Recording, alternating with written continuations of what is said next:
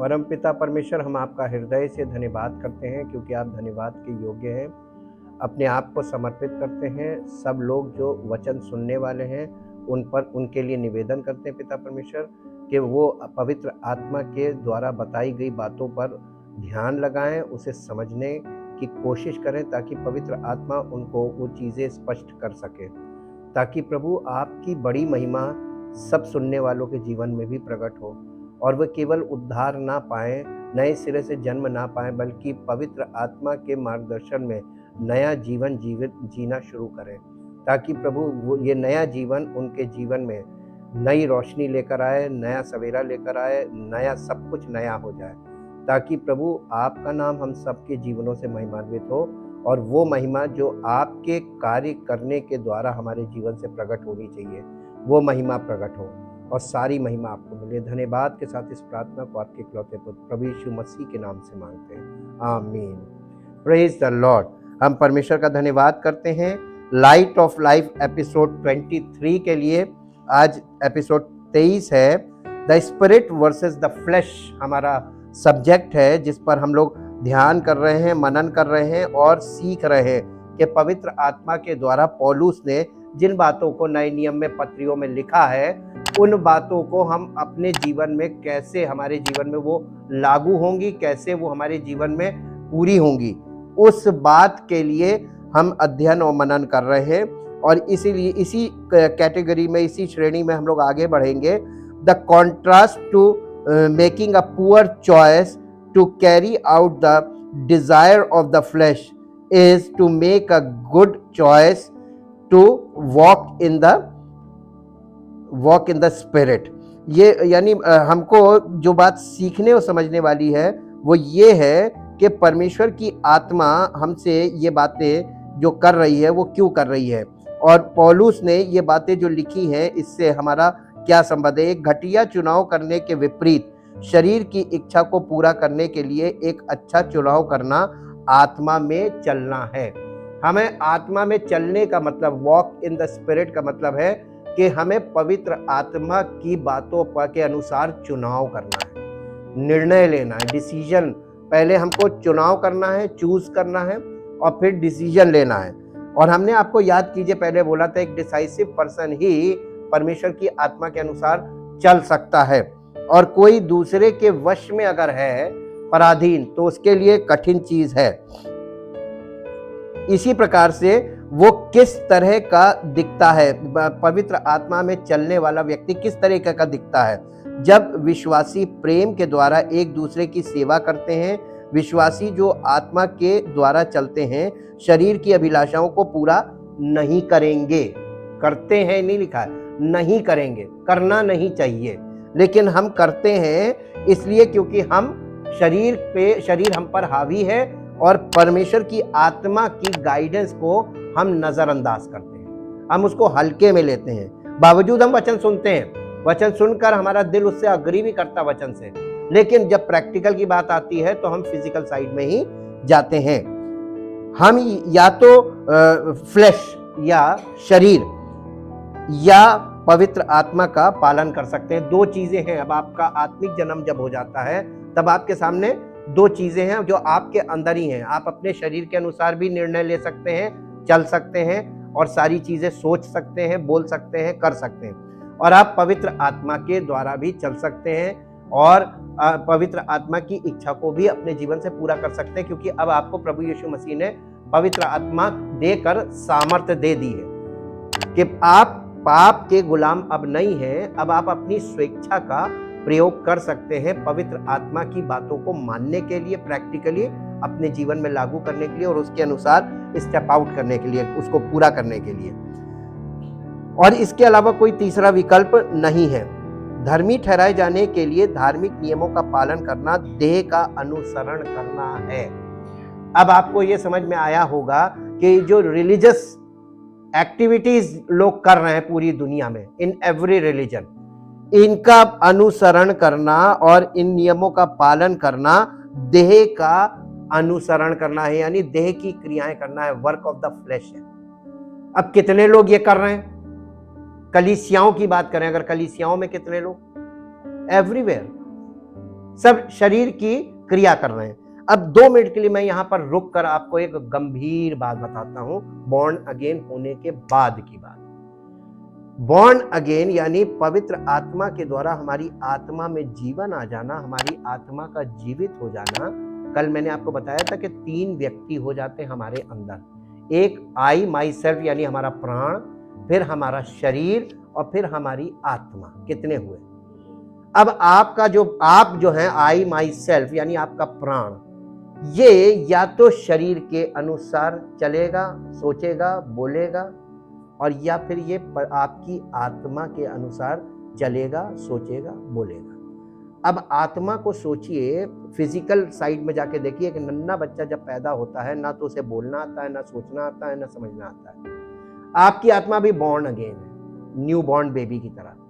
तो आप आत्मा की बातों को मान नहीं पाएंगे क्योंकि आपकी आत्मा में भी कुछ आता ही नहीं। एक नए बच्चे को सब कुछ सिखाया जाता है, उसको बोलना सिखाया जाता है, उसको चलना सिखाया जाता है, उसको बैठना सिखाया जाता है, उसको खाना सिखाया जाता है, सब चीजें सिखाई जाती हैं। तो स्पिरिचुअल लाइफ में जब हम बॉर्न अगेन होते हैं तो हमको नए सिरे से आत्मिक जीवन की हर बात को सीखना पड़ेगा, जैसे शारीरिक जीवन, जस्ट एज फिजिकल लाइफ।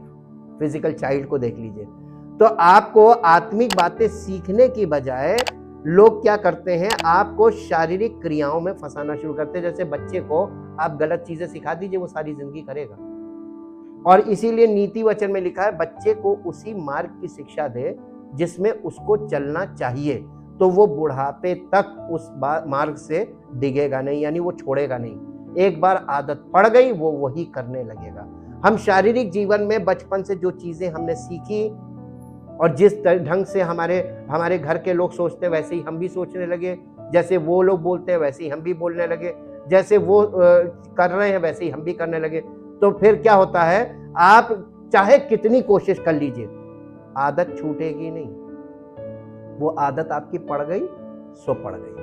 आदत छोड़ने के लिए आपको उस चीज को बिल्कुल कट ऑफ करने के लिए दूसरा कोई विकल्प नहीं। इसीलिए परमेश्वर ने मृत्यु के बाद के जीवन की बात की। आत्मिक जीवन शारीरिक जीवन का दी एंड होता है, तब आत्मिक जीवन शुरू होता है। इसीलिए बॉर्न अगेन लिखा है, नए सिरे से जन्म होना। और नए सिरे से जन्म होने के बाद दूसरा जो डेंजर आता है इधर की तरफ, शारीरिक जीवन में आप आत्मिक वर्ल्ड को देख नहीं सकते, केवल अनुमान लगाते हैं। लेकिन जब आप बॉर्न अगेन हो जाते हैं तो आत्मिक वर्ल्ड आपको दिखाई देता है जिसे आप अंडरस्टैंड नहीं करते। जैसे एक फिजिकली बच्चा पैदा होता है फिजिकल वर्ल्ड में, तो फिजिकल वर्ल्ड में वो जितनी चीजें देखता है वो उसके लिए अनजानी है, क्योंकि वो उनको जानता नहीं ये है क्या।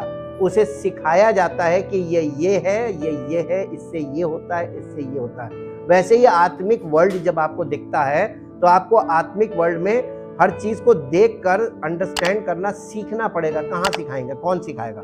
इसीलिए तो कलीसिया की स्थापना की गई है, ताकि लोग आत्मिक जीवन में जैसे फिजिकल लाइफ में अनुमानों पे और लोगों के कहने के अनुसार तुक्केबाजी में जीवन बिता रहे, वैसे आत्मिक जीवन में संभव नहीं है। लेकिन आत्मिक जीवन में भी ऐसे ही हो रहा है जो शारीरिक जीवन में हो रहा है। दोनों तरफ इक्वल है, एज इट इज। करप्शन यहां भी तो करप्शन यहां भी है। ये मत सोचिए कि स्पिरिचुअल वर्ल्ड में करप्शन नहीं है। स्पिरिचुअल वर्ल्ड में भयानक करप्शन इसलिए है क्योंकि Satan is also a spiritual being. Fallen angels भी हैं, ये सब स्पिरिचुअल बीइंग्स हैं। आपको वहां पर फॉलन एंजल्स भी मिलेंगे और सेटन मिलेंगे, सेटनिक पावर्स मिलेंगी। क्यों पौलुस ने इफिसियों की कलीसिया को यह कहा था कि परमेश्वर के सारे हथियार बांध लो? इसलिए क्योंकि स्पिरिचुअल वर्ल्ड में एंटर करने के बाद तुम सेफ साइड रह सको, क्योंकि वहां पर तुम लड़ नहीं पाओगे और लड़ने की कोशिश करोगे तो जीत नहीं पाओगे, नष्ट हो जाओगे। तो आप जब स्पिरिचुअल वर्ल्ड में एंट्री करते हैं तो आप बैटल फील्ड में आ जाते हैं, खतरे में आ जाते हैं, चारों तरफ से खतरा। तीसरी बात कि बॉर्न अगेन होने के बाद आपके पास, जैसे आप अभी नए सिरे से जन्म नहीं हुआ, अभी आप आत्मिक रूप से मृतक हैं। एक फिजिकल लाइफ को ले लीजिए। फिजिकल लाइफ की शुरुआत फिजिकल बर्थ से होती है, फिजिकल डेथ पे उसका लाइफ का दी एंड हो जाता है। उसके बाद उसका कुछ नहीं बचता, ना प्राण बचता, ना आत्मा बचती, सब खत्म। इसी को कहा गया है कि वो नाश हो गया। लेकिन जब आप स्पिरिचुअल वर्ल्ड में बॉर्न अगेन होकर आते हैं, तब आप बॉर्न अगेन तो हो गए हैं, स्पिरिचुअल वर्ल्ड में आप आ गए हैं, लेकिन अब आपको मालूम है, अगर आप एक कदम भी गलत चलेंगे, एक निर्णय भी गलत लेंगे, तो आप पूरी स्पिरिचुअल लाइफ में करप्शन में ऐसा जाएंगे, क्योंकि परमेश्वर आपको दोबारा नहीं बचाएगा। आप चाहें तो मैं इससे संबंधित आपको वर्सेस बता दूं, क्योंकि बाइबल में ऐसा लिखा है। लोग गलत फहमी में है कि वो बचा लेगा ना, उसने जो करना था कर दिया। Where is our part? हम अपना पार्ट जब तक नहीं करेंगे तब तक वो दूसरा पार्ट पूरा नहीं होगा। परमेश्वर के बातों, उसके विचारों को समझने के लिए आपको समझदारी चाहिए, इसीलिए हमको सहायक दिया गया है पवित्र आत्मा, और इसीलिए मसीह की देह दी गई है, जहां पर हमें सुरक्षित प्रभु रखेगा। हम सुरक्षित रह नहीं सकते। ओवर कॉन्फिडेंस कभी मत होइएगा, और ये मत सोचिएगा कि हम बच जाएंगे, और ये मत सोचिएगा कि प्रभु बचा लेगा। वो हमको बचाने का सारा प्रयोजन करके बैठा हुआ है, और पवित्र आत्मा को भेज दिया है ताकि पवित्र आत्मा के अनुसार हम जीवन व्यतीत करें मसीह की देह में। अब मेरे साथ निकालिए इब्रानियों की पत्री, इब्रानियों की पत्री और उसका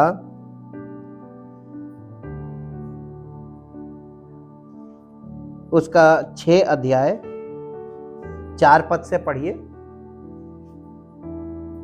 क्योंकि जिन्होंने एक बार ज्योति पाई और जो स्वर्गीय वरदान का स्वाद चख चुके हैं, ये बॉर्न अगेन हो गए हैं, पवित्र आत्मा के भागी हो गए हैं, और परमेश्वर के उत्तम वचन का और आने वाले युग की सामर्थ्य का स्वाद चख चुके हैं, यदि वे भटक जाएं तो उन्हें मन फिराव के लिए नया, वो फिर उनके जीवन में कुछ, परमेश्वर भी कुछ नहीं कर सकता। फिर तो वो गए कहां? अभी आपको ये नहीं मालूम वो कहां गए। वो नष्ट नहीं होंगे, अनंत दंड भोगेंगे, अनंत दंड। अनंत जीवन का उल्टा है, वहां मृत्यु नहीं होगी। लोग मृत्यु मांगेंगे, मृत्यु नहीं मिलेगी ना, तड़पते रहो, अनंत जीवन तक तड़पते रहो, हमेशा के लिए तड़पना। अब आप सोचिए कि जब कोई व्यक्ति हमारे परिवार में भयानक पीड़ाओं में होता है, लोग प्रार्थना करते हैं प्रभु इसको मुक्ति दे दे, यानी मृत्यु दे दे, ताकि ये छुटकारा पा जाए। और प्रभु एक वक्त पे मृत्यु दे देता है, वो छुटकारा है, लेकिन अनंत दंड में मृत्यु नहीं मिलेगी, छुटकारा नहीं मिलेगा, कोई छुटकारा नहीं है। देख लीजिए यहाँ पे साफ साफ लिखा हुआ है, आगे पढ़ दीजिए। क्योंकि वे परमेश्वर के पुत्र को अपने लिए, एक बार वो चढ़ चुका है, दोबारा नहीं चढ़ा सकते, उसको दोबारा क्रूसीफाई करने की कोशिश करते हैं, और प्रगट में यानी सब लोगों के सामने उस पर कलंक लगाते हैं, गलत करते। बॉर्न अगेन होने के बाद गलत करना कितना भयानक है, बहुत महंगा पड़ेगा जी।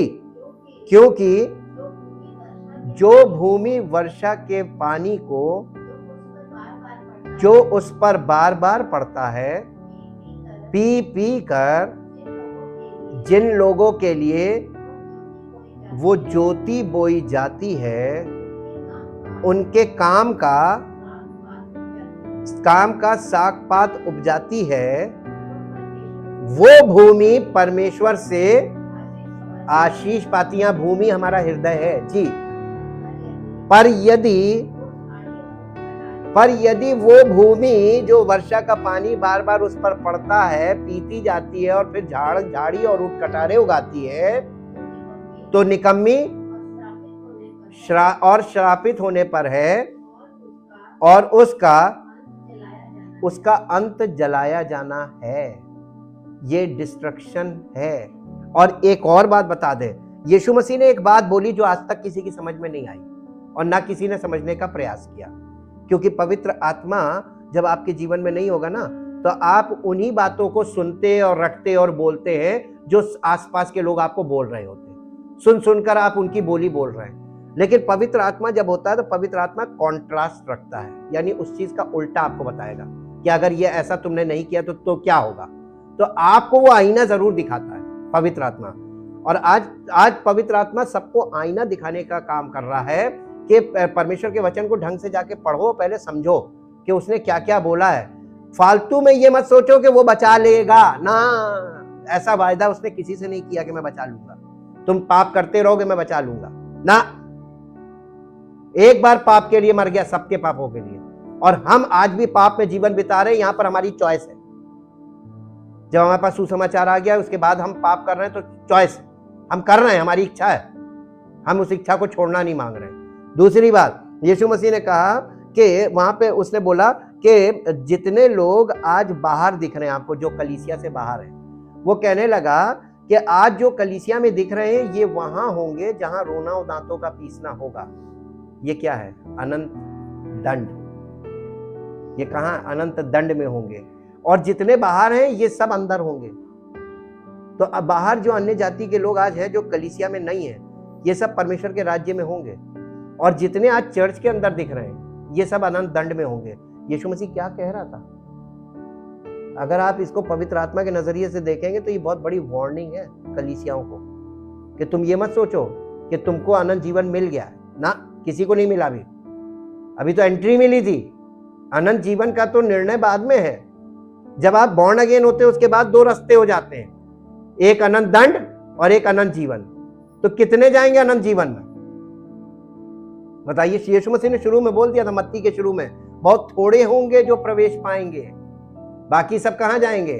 अनंत दंड में। अब आपको यह देखना है कि मैं किस रास्ते जा रहा हूं, अनंत दंड के या अनंत जीवन के। अब आपको अनंत जीवन चाहिए तो पौलुस की शिक्षाओं में आपको आना पड़ेगा। और उसके बाद एक पद और आप पढ़ लीजिए जो आपको मिलेगा, दूसरा पत्रस उसका 2 अध्याय, दूसरा पत्रस 2 अध्याय 20 पद पढ़िए, 20 और 21 पद, 20 और 21। जब वे प्रभु और उद्धारकर्ता यीशु मसीह की पहचान के द्वारा संसार की नाना प्रकार की अशुद्धता से बच निकले। ले बच निकले पहले, यानी बॉर्न अगेन हो गए, और फिर उन्हीं में फंसकर हार गए। तो उनकी पिछली दशा पहले इतनी बुरी आपकी दशा नहीं थी जो अब हो जाएगी, पहले से भी बुरी, पहली दशा से भी ज्यादा बुरी हो जाएगी जी। क्योंकि धर्म के मार्ग का ना जानना ही उनके लिए इससे भला होता कि वे उसे जानकर उस पवित्र आज्ञा से फिर जाते जो उन्हें सौंपी गई थी। यानी इससे अच्छा यह था कि वो कभी जानते ही ना सच्चाई, और सच्चाई जानने के बाद, सुसमाचार जानने के बाद अगर वो पूरी तरीके से मन नहीं फिराते तो ये दशा बहुत बिगड़ जाएगी, बहुत भयानक। और फिर कोई छुड़ाने वाला नहीं है, इसके बाद कोई छुटकारा नहीं है। मैं आपको इसीलिए वार्निंग पहले रख दे रहा हूं कि यह वचन को आप समझो। ये वो पुस्तक नहीं है कि ये जो जितने लोग खड़े होकर अपना खुशी का प्रचार कर रहे हैं, आशीषों की बातें कर रहे हैं, ये सब कहां जाएंगे आपको सब समझ में आने लगेगा कि ये कहां जा रहे हैं, ये कौन सा रास्ता। यही तो भटकाने वाले हैं, और ये आपको अनंत जीवन के मार्ग से भटकाकर अनंत दंड के मार्ग में खड़ा कर देंगे। और अभी आपको वो अच्छे लगेंगे, लेकिन जब अनंत दंड की बारी आएगी तब आप कोसते रहेंगे, कुछ होगा नहीं, क्योंकि निर्णय आपका गलत है। आप निर्णय ले रहे हैं। शैतान ने हवा को फल तोड़कर नहीं खिलाया था, फल तोड़कर उसने खुद खाया था जी।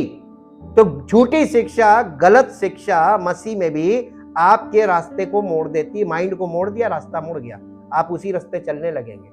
तो आप किस रास्ते चल रहे हैं? अपने चौकस रहो। इसीलिए बार बार कहा गया चौकस रहो, चौकस रहो, सावधान रहो। वार्निंग्स बहुत है, new testament is full of warnings, और पौलुस की पत्रियां टोटल वार्निंग पर ही है। पता नहीं क्यों लोगों ने इन चीजों पे ध्यान नहीं किया। अब आप देखिए कि परमेश्वर बहुत जल्दी बॉर्न अगेन लोग क्यों नहीं हो रहे? ये भला है, दुर्घटना से देर आओ दुरुस्त आओ। एक बार शुरू हो तो रास्ते में भटकना मत, क्योंकि पवित्र आत्मा तुमको दिया गया है, इसलिए सहायक तुमको जब गाइड मिला हुआ है तब कैसे भटक सकते हो? कलीसिया में तुमको रोपा गया है, कलीसिया में बने रहोगे, पवित्र आत्मा के कंट्रोल में रहोगे, और जो सेवक जिसके वश में किए गए हो उसके साथ बने रहोगे तो चांसेस कम हो जाएंगे, है ना। और चौथी बात, पांचवी बात, बॉर्न अगेन होने के बाद हमारी आत्मा अभी बालक अवस्था में, बाल्यावस्था में, और कोई भी बालक कभी भी वारिस नहीं होता है किसी भी घर में। देख लीजिएगा, आप कानून उठा के देख लीजिए, वारिस जब तक नाबालिग तब तक वो गार्जियनशिप में होता है। हाँ, लीगल गार्जियनशिप होती है, किसी एडवोकेट से बहुत बैठकर समझ लीजिएगा। वारिस नाबालिग बच्चा, एकदम न्यू बॉर्न बेबी, कभी भी वारिस नहीं होता है जब तक वो बालिग नहीं होता है। तो परमेश्वर ने स्पिरिचुअली बॉर्न अगेन बच्चों को कलीसिया में, बॉडी ऑफ क्राइस्ट में इसलिए रखा है ताकि परमेश्वर के संरक्षण में रहे। God the Father, God the Son and God the Holy Spirit कहाँ मिलेंगे आपको? कलीसिया में, और आप उनके संरक्षण में बने रहेंगे, और जब बालिग होंगे तब वारिसाना हक मिलेगा आपको। तो बालिग होने से पहले ही तो भटकता है, बालिग होने से पहले ही तो सारे रास्ते बिगड़ते हैं, और वारिस जब बिगड़ जाता है तो उसके जो माता पिता होते हैं उसको बेदखल कर देते हैं, बिगड़ गया, उसको कुछ नहीं मिलता है। इसी तरीके से परमेश्वर के यहाँ भी है, नियम तो सारे उसी ने बनाए हैं जो फिजिकल में चल रहे हैं। तो फिजिकल से स्पिरिचुअल को समझना बहुत सरल है, आप फिजिकल लाइफ से स्पिरिचुअल लाइफ को अंडरस्टैंड कर सकते हैं। अब शरीर की पापपूर्ण इच्छाओं का पालन करने के लिए स्वतंत्रता का दुरुपयोग नहीं किया जाना चाहिए बॉर्न अगेन होने के बाद, लेकिन हम स्वतंत्र होकर पाप कर रहे हैं, कोई रोक टोक नहीं है, और लोग सोचते हैं कि हमें कोई रोकने वाला तो है नहीं, हम अपने मन के मालिक। तो जब तक आपका प्राण आप स्वयं है और आपका प्राण अग्री करके कोई काम कर रहा है, विलफुल सिन है, यानी आप जानबूझ के पाप कर रहे हैं।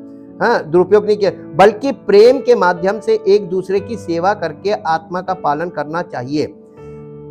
ये वही है जो विश्वास से जीने से पैदा होता है। यहां तक कि व्यवस्था को भी एक दूसरे की सेवा के रूप में सारांशित किया जा सकता है। तुम अपने पड़ोसी से अपने समान प्रेम करो। कोई कानून के लिए अपील करना चाह सकता है, ठीक है, कानून कहता है प्यार से चलो, इस तरह कानून को पूरा करना है। कानून की अपील कानून द्वारा पराजित होती है। सही है ना? कानून को कानून से ही काटा जा सकता है। आप कहें कि हम तो पाप नहीं करते, हमने आज तक कोई मर्डर नहीं किया, और लाल बत्ती फांद गए, तो कहेगा आपने मर्डर नहीं किया, आपको सजा लाल बत्ती फांदने की मिल रही, मर्डर की नहीं मिल रही। ठीक है, तो आप अपराधी तो है ना, आपने अपराध किया, आप अपराधी हैं, चाहे आप कोई भी हो। इसीलिए कानून कहता है कि प्यार से चलो, इस तरह कानून को पूरा करना है, इस तरह कानून को पूरा करना है। कानून की अपील कानून द्वारा पराजित होती है। ये पद अपने पड़ोसी से अपने समान प्रेम रखना लेव्य व्यवस्था 19 अध्याय के 18 पद से आता है। पढ़ दीजिए जरा लेव्य व्यवस्था 19 अध्याय का 18 पद। लेव्य व्यवस्था पुराने नियम के उस भाग से है जिसे व्यवस्था के रूप में संदर्भित किया गया था। ये व्यवस्था की एक किताब है, पांच किताबों में से एक किताब है लेव्य व्यवस्था, और ये तीसरी किताब है बाइबल की। पहली है उत्पत्ति, दूसरी निर्गमन, तीसरी है लेव्य व्यवस्था। पलटा ना लेना। 19 अध्याय का 18 पद। और ना अपने जाति भाइयों से बैर रखना, परंतु एक दूसरे से अपने ही समान प्रेम रखना, मैं यहोवा हूं। यीशु मसीह ने यही बात तो आकर फैलाई थी, अपने पड़ोसी से अपने समान प्रेम रखो। एक आया कहने लगा मैं अनंत जीवन पाने के लिए क्या करूं? उसने कहा अपने पड़ोसी से अपने समान प्रेम रखो। यही तो नहीं लोग कर रहे हैं। हालेलुया। हम परमेश्वर का बहुत धन्यवाद करते हैं उसके पवित्र वचनों के लिए। समस्या कानून नहीं है, समस्या ये है कि कानून पालन एक आत्म सुधार दृष्टिकोण है और फ्लैश में सुधार नहीं किया जा सकता है। इसलिए विश्वासियों को प्रतिदिन शरीर को सूली पर चढ़ाने की आवश्यकता है। कब? प्रतिदिन। यीशु मसीह ने क्या कहा था? जो कोई मेरे पीछे आना चाहे या मुझे फॉलो करना चाहे वो प्रतिदिन अपनी क्रूस उठाकर मेरे पीछे चले। तो कितने लोग क्रूस उठा रहे हैं? क्रूस का मतलब अपनी शारीरिक इच्छाओं की बलि। कितने लोग करने को तैयार हैं? पक्का? ये आपका व्यक्तिगत मैटर है, आप करेंगे तो इसका फायदा आपको मिलेगा। हाँ, इसलिए विश्वासियों को प्रतिदिन शरीर को सूली पर चढ़ाने की आवश्यकता है। आत्मा भी व्यवस्था के अधीन नहीं है। गलातियों की पुस्तक में जब पतरस ने अन्य जातियों के साथ भोजन किया तो वो आत्मा का अनुसरण कर रहा था, ना कि व्यवस्था का।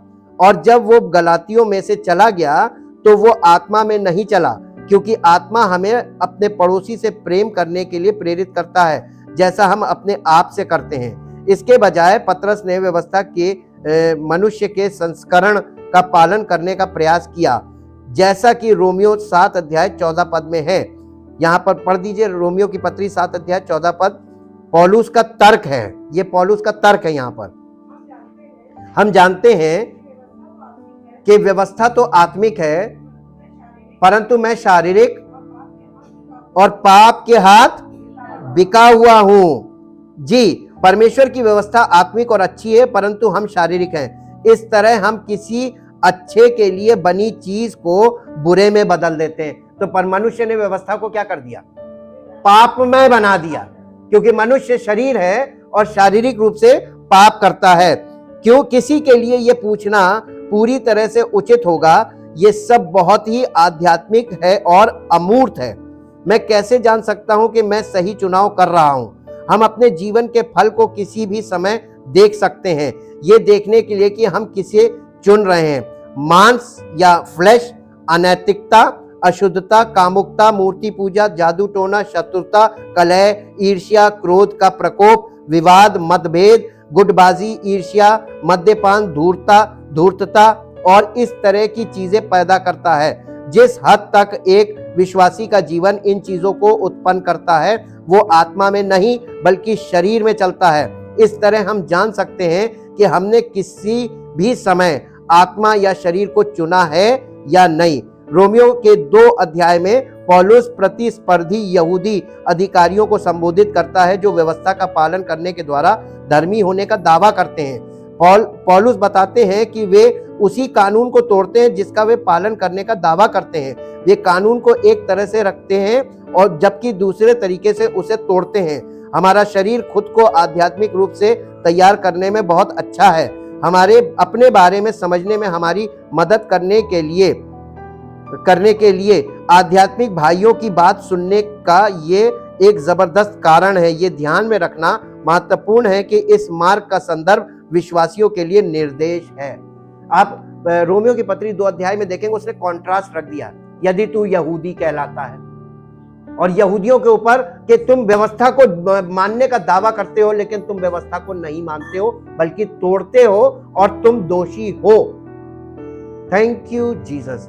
कई बार हम लोग मसीही होने का दावा कर रहे हैं, जैसे यहूदी अपना दावा करते हैं, हम अपना दावा करते हैं, लेकिन क्या वास्तव में आप मसीही हैं? आप नए सिरे से जन्म हुआ है? क्या आप प्रतिदिन क्रूसीफाई करते हैं अपने शरीर की क्रियाओं को, या आप शरीर की क्रियाएं करके परमेश्वर को अपने आप को धर्मी बता रहे हैं कि हम बहुत धर्मी हैं, हम प्रार्थना बहुत करते हैं, हम बाइबल पढ़ते हैं, हम कलीसिया में जाते हैं? ये सब बातें दिखावा हैं।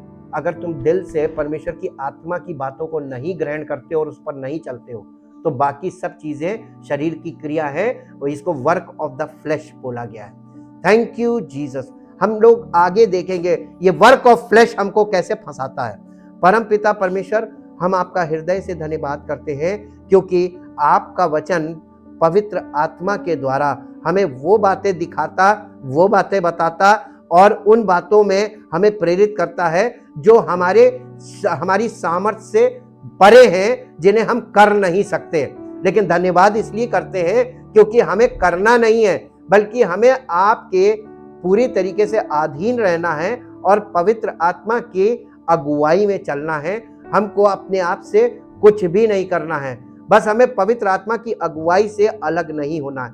पवित्र आत्मा आगे आगे चल रहा है, हमको पवित्र आत्मा के द्वारा उन बातों को फॉलो करना है जो पवित्र आत्मा हमें सिखा रहा, बता रहा है, ताकि हम मसीह की देह में पूरा उद्धार प्राप्त करके उसके आने पर हमारा चुनाव हो और हमसे मृत्यु की देह से हमारा छुटकारा हो और हमें पुनरुत्थान की देह प्राप्त हो, ताकि हम सब का जीवन मसीह की महिमा का कारण बने और सारी महिमा आपको मिले। धन्यवाद के साथ इस प्रार्थना को आपके इकलौते पुत्र प्रभु यीशु मसीह के नाम से मांगते हैं, आमीन।